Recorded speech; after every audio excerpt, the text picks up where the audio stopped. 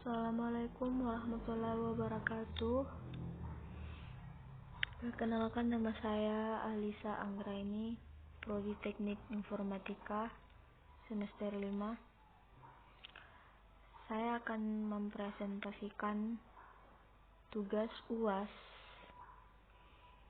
yaitu makalah sistem operasi.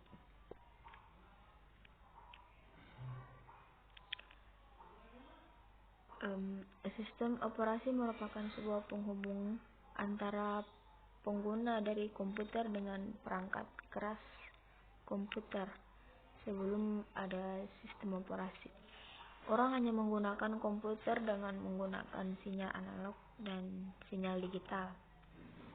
Seiring dengan berkembangnya pengetahuan dan teknologi, pada saat ini terdapat berbagai sistem operasi dengan keunggulan masing-masing.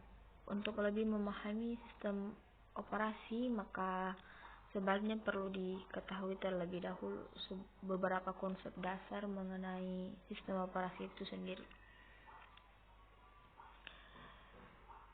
Adapun definisi sistem operasi, komputer pada dasarnya terdiri 4 komponen utama, yaitu perangkat keras, program aplikasi, sistem operasi, dan para pengguna. Sistem operasi berfungsi untuk mengatur dan mengawasi pengguna perangkat keras oleh berbagai program aplikasi serta para pengguna. Sistem operasi berfungsi ibarat pemerintah dalam suatu negara, dalam arti membuat kondisi komputer agar dapat menjalankan program secara benar. Untuk menghindari konflik yang terjadi pada saat pengguna menggunakan sumber daya yang sama, sistem operasi mengatur pengguna mana yang dapat mengakses suatu sumber daya. Sistem operasi juga sering disebut resource allocator.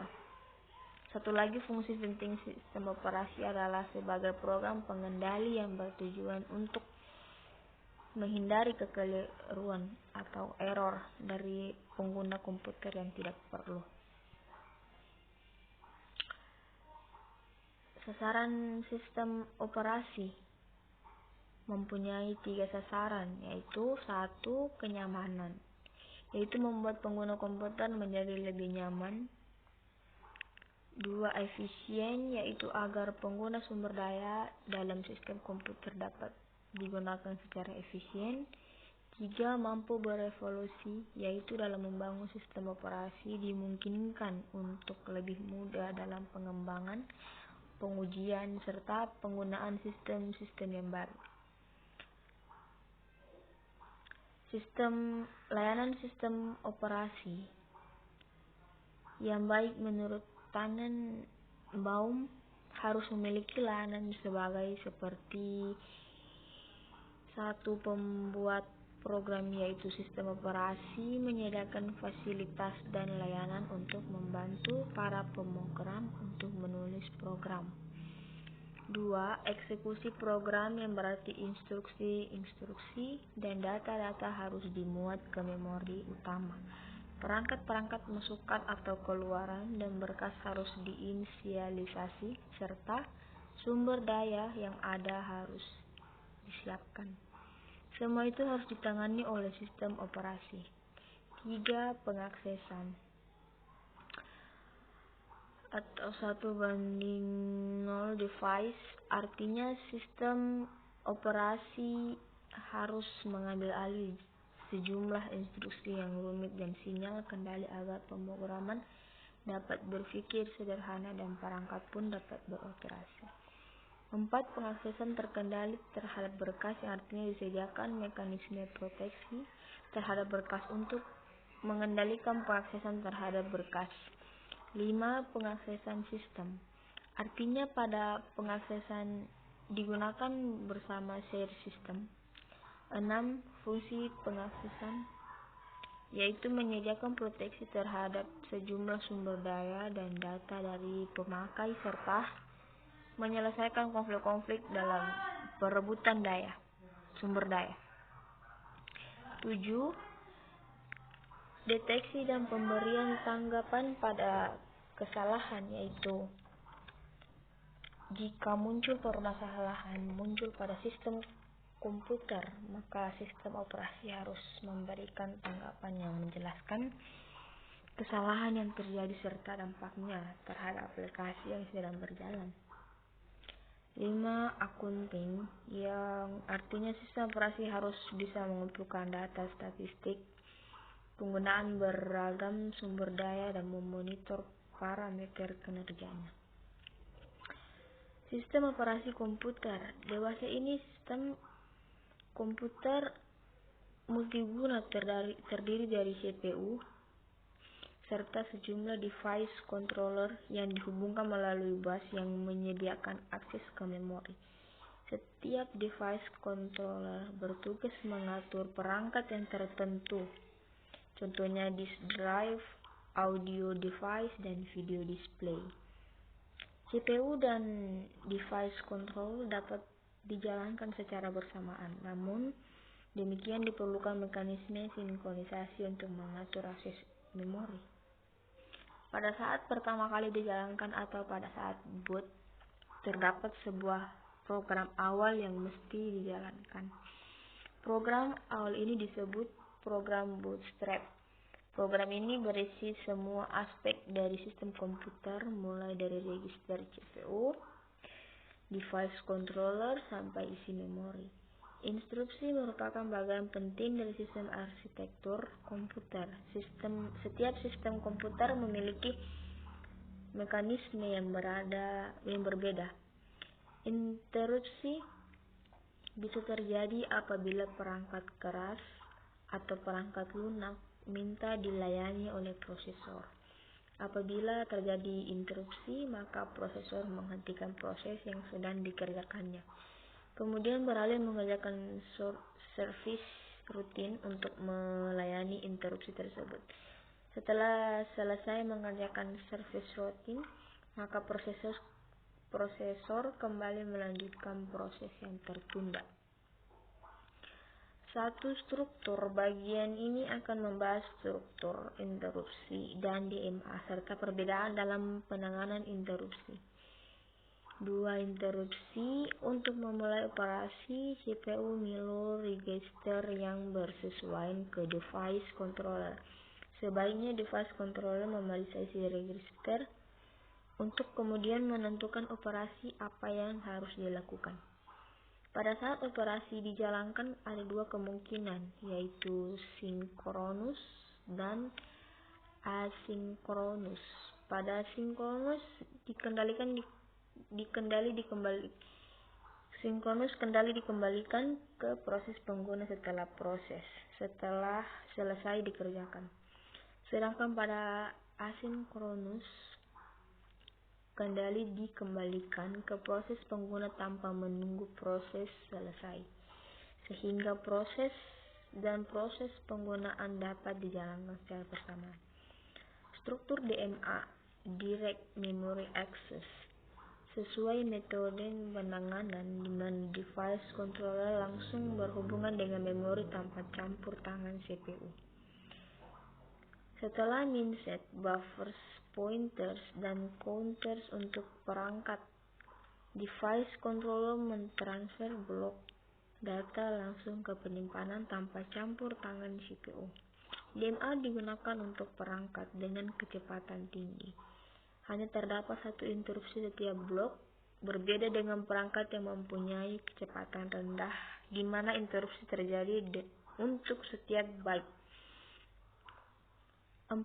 Struktur penyimpanan. Program komputer harus berada di memori utama atau biasanya RAM untuk dapat dijalankan. Memori utama adalah satu-satunya tempat penyimpanan yang dapat diakses secara langsung oleh prosesor.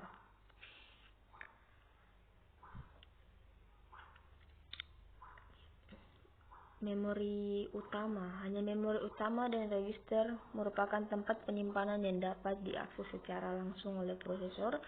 Oleh karena itu, instruksi dan data yang akan dieksekusi harus disimpan di memori utama atau register. Magnetic disk. Magnetic disk berperan sebagai secondary storage pada sistem komputer modern. Magnetic disk disusun dari piringan-piringan seperti CD.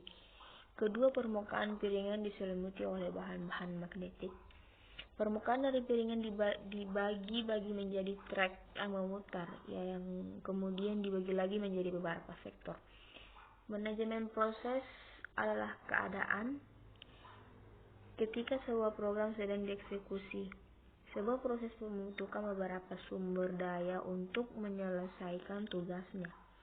Sumber daya tersebut dapat berupa CPU time, memori, berkas-berkas, dan perangkat-perangkat. Sistem operasi bertanggung jawab atas aktivitas-aktivitas yang berkaitan dengan manajemen proses seperti 1. Pembuatan dan penghapusan proses penggunaan dan sistem proses. 2. Menunda atau melanjutkan proses. 3. Menyediakan mekanisme untuk proses sinkronisasi. 4. Menyediakan mekanisme untuk proses komunikasi. 5. Menyediakan mekanisme untuk pengenangan deadlock. B. Manajemen utama. Memori utama atau lebih dikenal sebagai memori adalah sebuah array yang besar dari word atau byte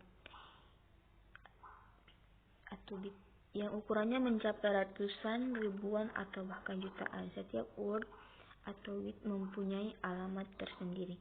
Memori utama berfungsi sebagai tempat penyimpanan yang akses datanya digunakan oleh CPU atau perangkat. Memori utama termasuk tempat penyimpanan data yang sementara artinya data dapat hilang begitu sistem dimatikan. Setiap operasi bertanggung jawab atas aktivitas-aktivitas yang berkaitan dengan manajemen memori seperti 1. Menjaga track dan memori yang sedang digunakan dan siapa yang menggunakannya.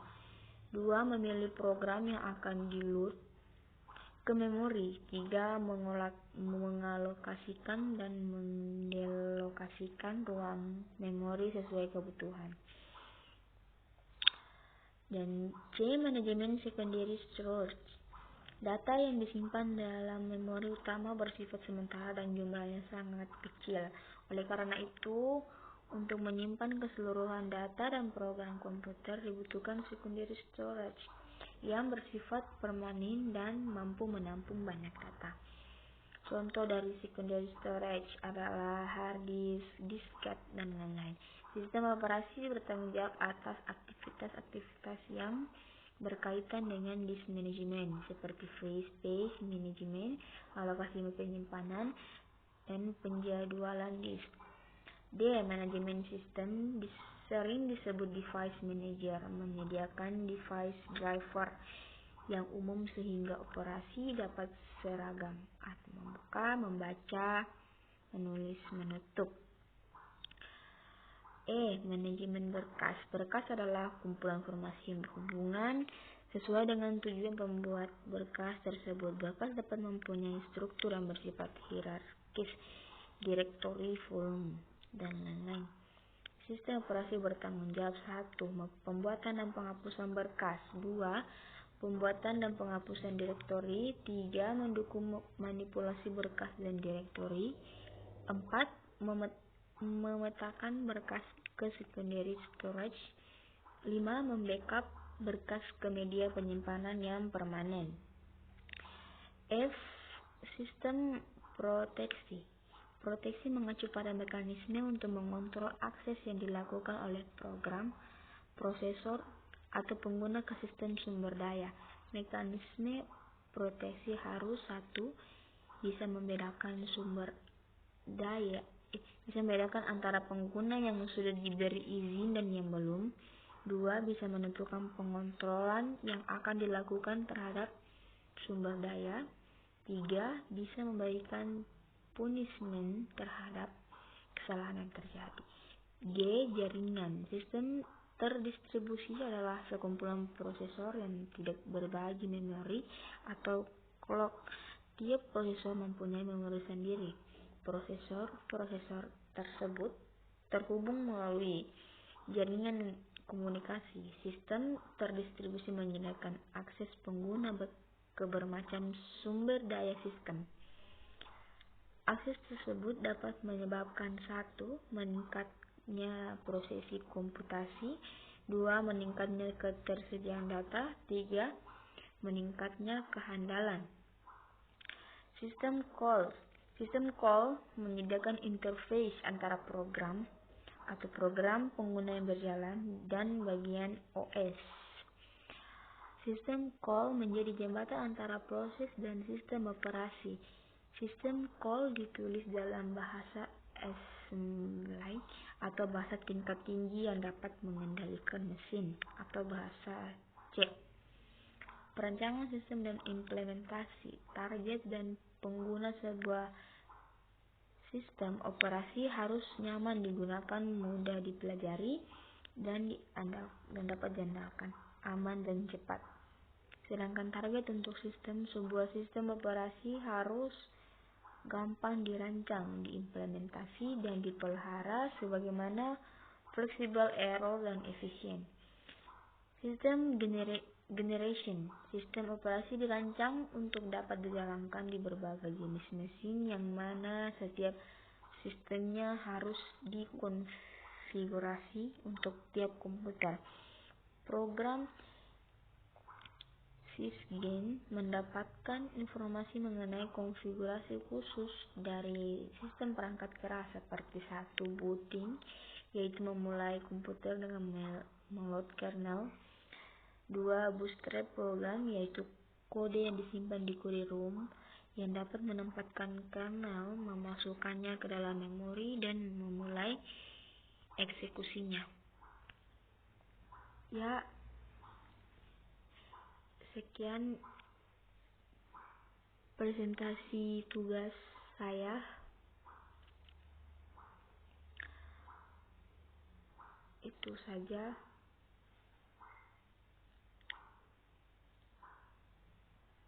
Saya ucapkan wassalamualaikum warahmatullahi wabarakatuh.